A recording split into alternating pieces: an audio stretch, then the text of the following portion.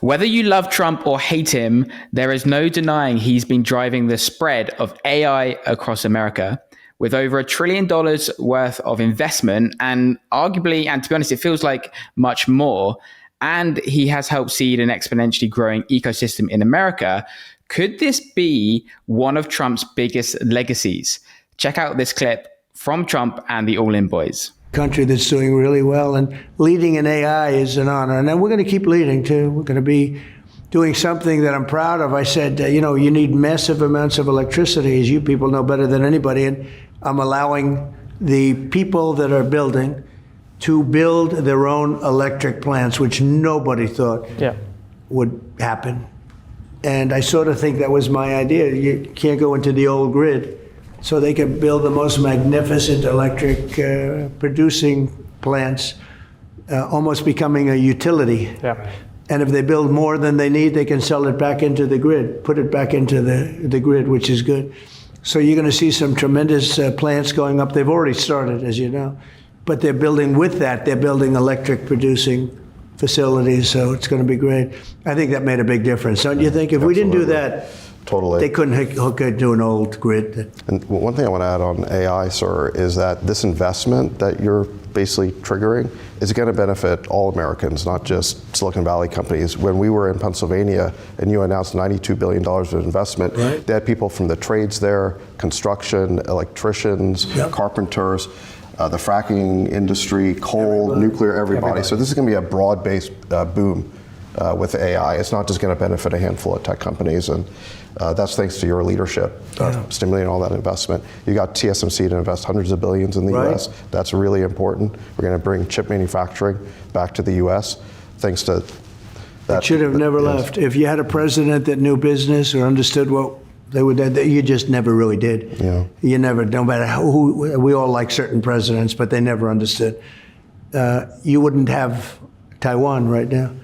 They would have said, no, you want to build in Taiwan, you're going to have to pay a 200% tariff, and nobody would have left. And you would have had Intel and the ones that were doing so well originally, they would have, they would have been supreme right now. They would have been at a level like you've never seen. And that's what's happening. I mean, they're all coming back. You see that? Yeah. They're coming back from all over the world for chips and for cars and for everything, every aspect. So my question for you, Farzad, is AI the perfect sector for Trump to thrive in? Now, that's not because he's tech savvy. I bet he can't even use Excel, but it aligns with his strengths. It aligns with his strengths, right? National security, money, 100%. leverage, cutting red tape. It's also a big swing. Like, this is Trump all over, right? Yeah, 100%. I think credit where credit is due. I do think the way the Trump presidency and administration has unlocked AI to thrive in the United States was a very smart stroke. Like, they did a really good job opening up the floodgates for this to start happening. It's very good that they've freed up the regulation for a lot of these AI companies, all these AI companies, to start co-locating energy generation, which I think has a lot of downstream effects. And that's kind of where I'll start, is like, think about the forcing function for energy generation now in the world of AI. The world of AI needs unbelievable amounts of power. So what's going to happen for the next 10, 20 years is that you're going to have a massive demand for energy generation: solar, natural gas, coal, fossil fuels, geothermal, everything. You've opened up notwithstanding some of the stupid policies from the big beautiful bill around solar, but we'll set that aside for this discussion. It's going to be a place where every single type of energy generation is going to be at play. And as long as we have a free market, when you have a time where the demand is starting to outstrip the supply for a certain type of energy generation, you're going to have other types of energy generation to become candidates for being adopted. So if people are buying too much natural gas, let's say, as an example, which I don't know if the United States will ever run into that, because the natural gas that the United States has is unbelievable. But let's play through that scenario. Whatever you choose, as the price goes up, as you start hitting supply limits, you're going to be able to go into, okay, well, let's pause on the natural gas now. Let's go solar. Okay, screw solar. Let's go fracking. Oh, fracking is getting too expensive. It's too slow. Okay, let's go back to solar. All right, now let's go geothermal for this area. Oh, let's go wind here, right? And all of these are going to benefit tremendously from on-site storage to account for the intermittent nature of a lot of these types of energy sources.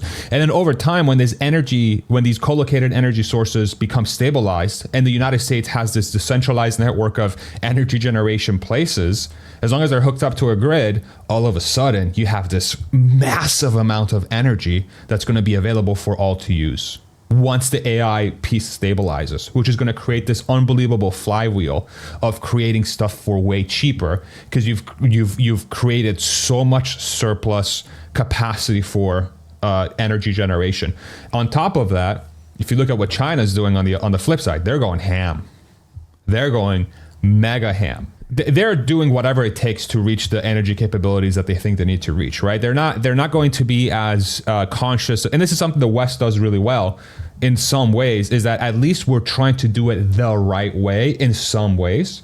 And I'm not saying China is doing something wrong here. That's just, they have to do that because if they want to compete, they're going to have to cut corners.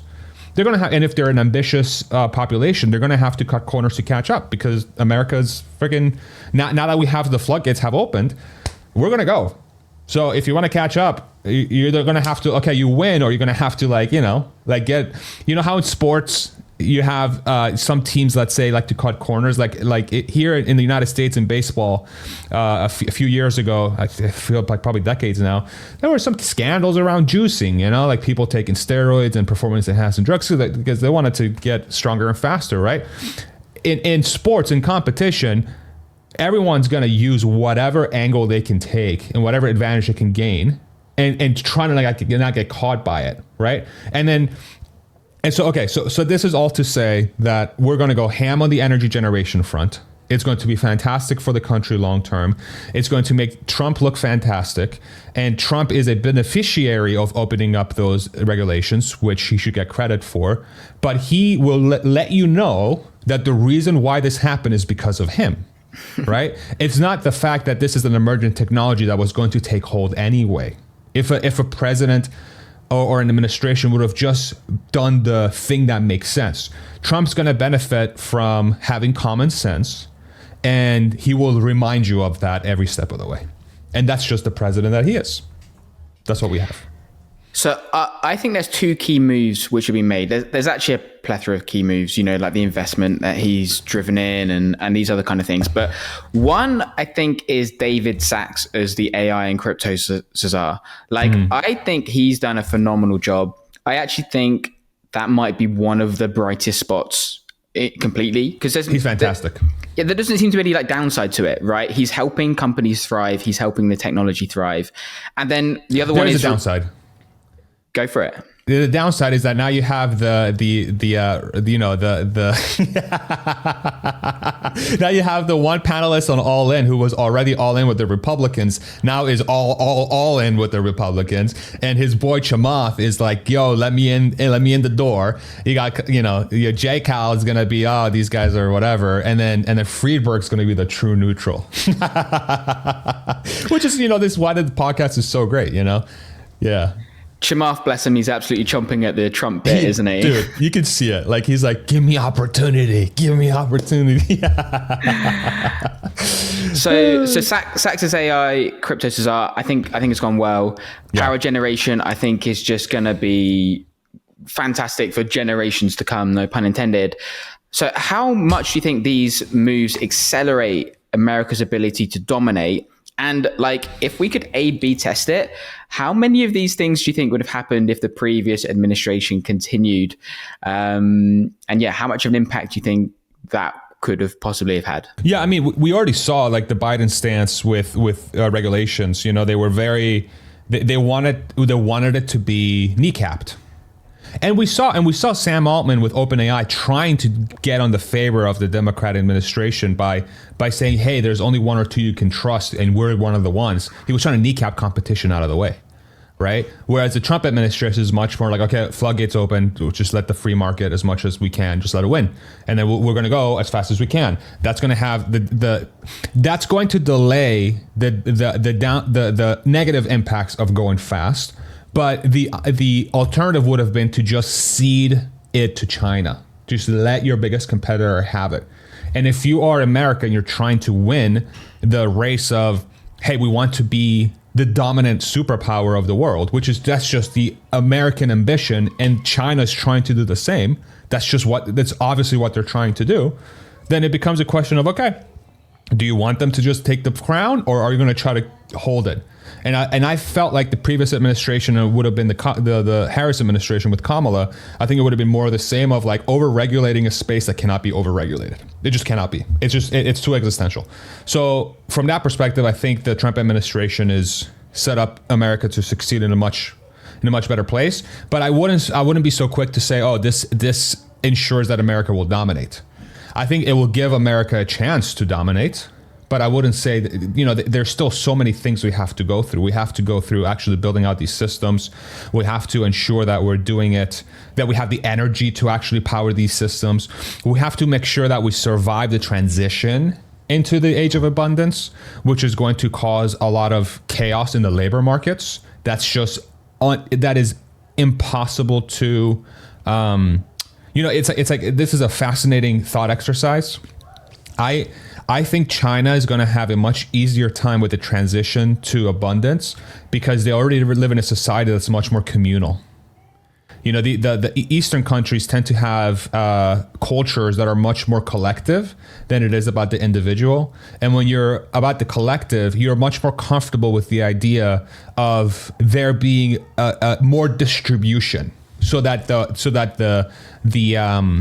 the collective can thrive. And it's easier, depending on how good your propaganda is, it becomes easier for some of these countries at convincing the collective that this is good for them. And so, hey, it's okay that you lost your job. We'll take care of you. It's okay if you lost, we'll take care of you. And that's more accepted because it's just, people just have a different frame of mind. In the United States, it's very different. In the United States, as an example, it's going to be like if somebody's like, that system of like, hey, we'll take care of you doesn't really exist here. It's like, no, go to your place, you'll get your food stamps. And then if you're, you have some sort of mental health issue and it's on you. And if you don't take care of it, you're going to be homeless. And that could happen if this goes in a very, that's a 5% chance of happening or maybe a little bit more.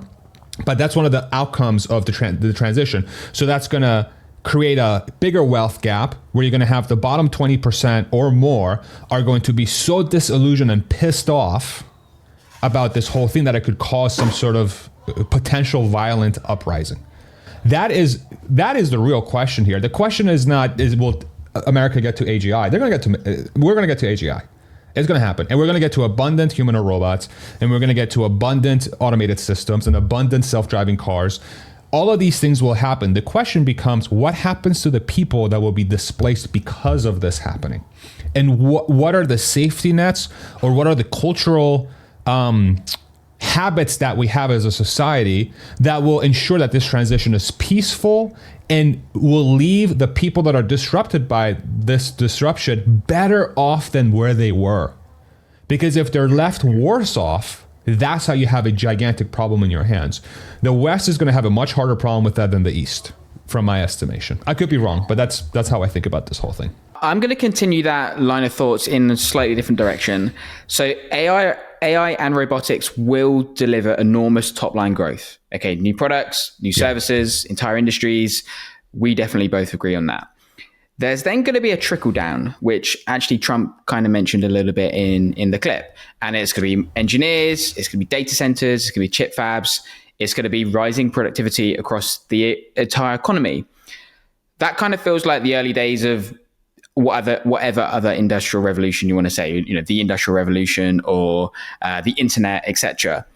So then if we look out to the next 5 or 10 years, as we're in the early days of AI and it's the industrial revolution of AI, will AI and robotics alone be enough to propel the US for the next 5-10 years? Yeah, of course. The forcing function for that is too strong. that will continue to happen. The benefits from it are too strong.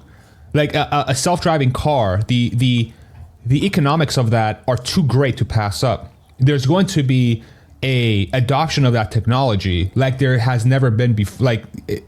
Like you're talking about the internet, or you're talking about electricity. That's the type of forcing fund. It's just it's a better product at a cheaper price, and it's more available than the previous one because you can just manufacture it at will, and you're limited by your factories and your supply of raw materials. That's it.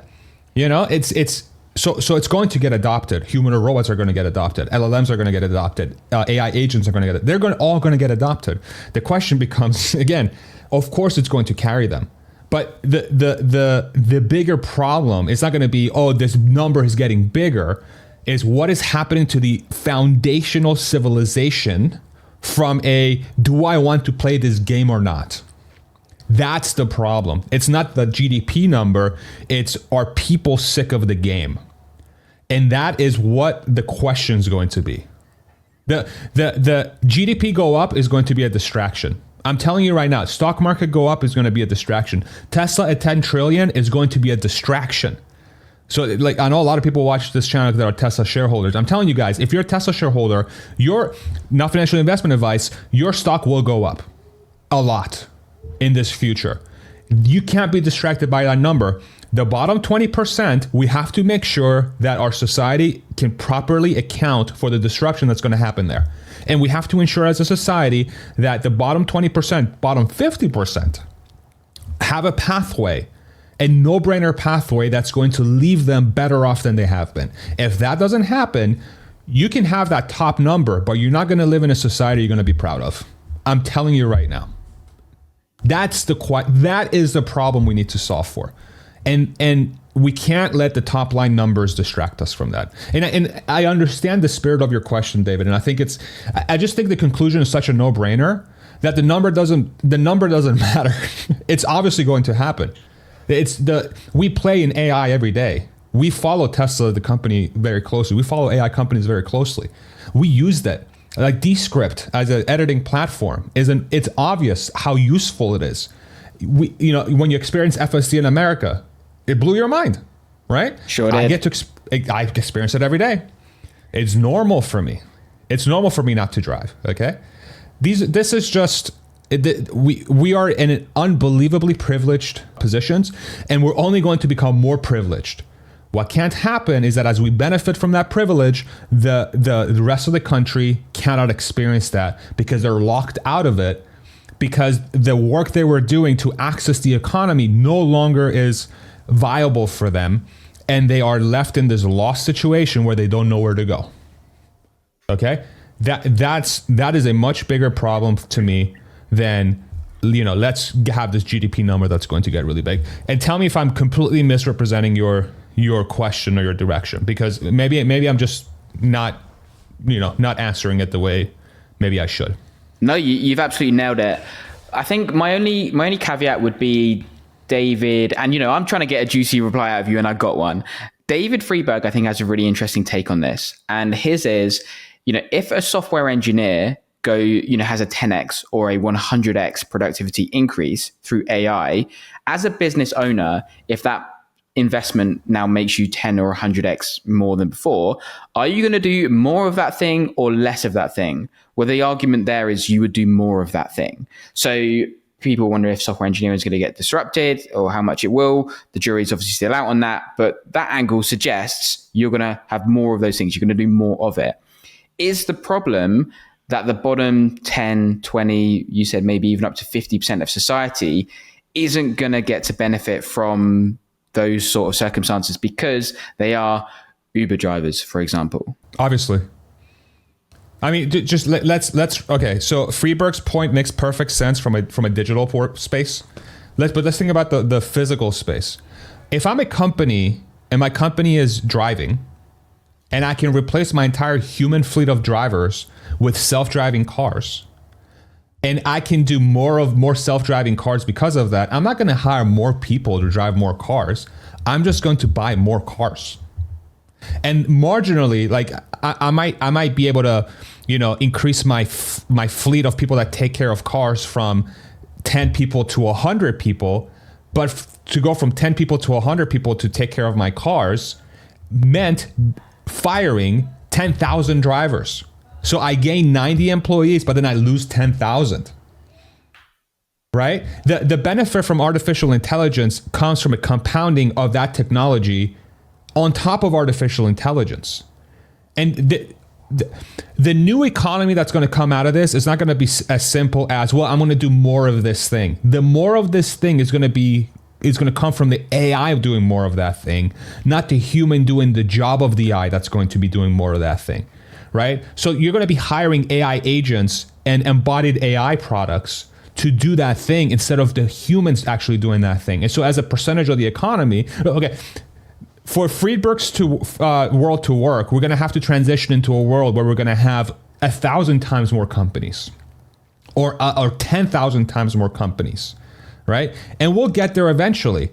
The transition is the thing that we're going to need to solve for. Like, we're going to go from point A to point B. Point A is now. Point B is 100 years from now. I understand point B 100 years is going to look fantastic. It's like going from the 1850s to 2025. What happened in between there? We had 2 world wars. Okay? What's going to happen between 2025 and 2125? Can we avoid the 2 world wars? Can we avoid political instability, political violence, threats of civil war in a lot of countries, a widening wealth gap? That's the discussion. And then, some people might say, well, that's inevitable. That's human nature. Okay. I can't get there. I can't get there. It's very difficult for me. That's the discussion that needs to happen is, okay, we know we're going to end up in 2025, 2125. It's going to look amazing. What's going to happen in the next 100 years? What's going to happen in the next 5 years? Okay. That's, and I appreciate the end state vision. And I think it's a very helpful one to have because it keeps us positive and optimistic. But we can't allow that to delete the transition, because the transition is going to be the thing that's going to enable people to go from point A to point B. A lot of people are not going to be able to make the transition from point A to point B. And we can help that somehow. We got to talk about it. And especially people that are very close to the technology, that understand the disruptive nature of it, right? Like, just because I'm an all-in Tesla investor doesn't mean that I can't be unbelievably concerned about the disruption that's going to come to drivers, right? What are we going to do about it? The question should be, should we do something about it? Are we responsible for doing something about it? What should we do in our local communities to make sure that this, if you care for your fellow human, do you think maybe you should do something about it? These are just questions, right? But we need to make sure those questions get asked. We have to make sure those questions get asked.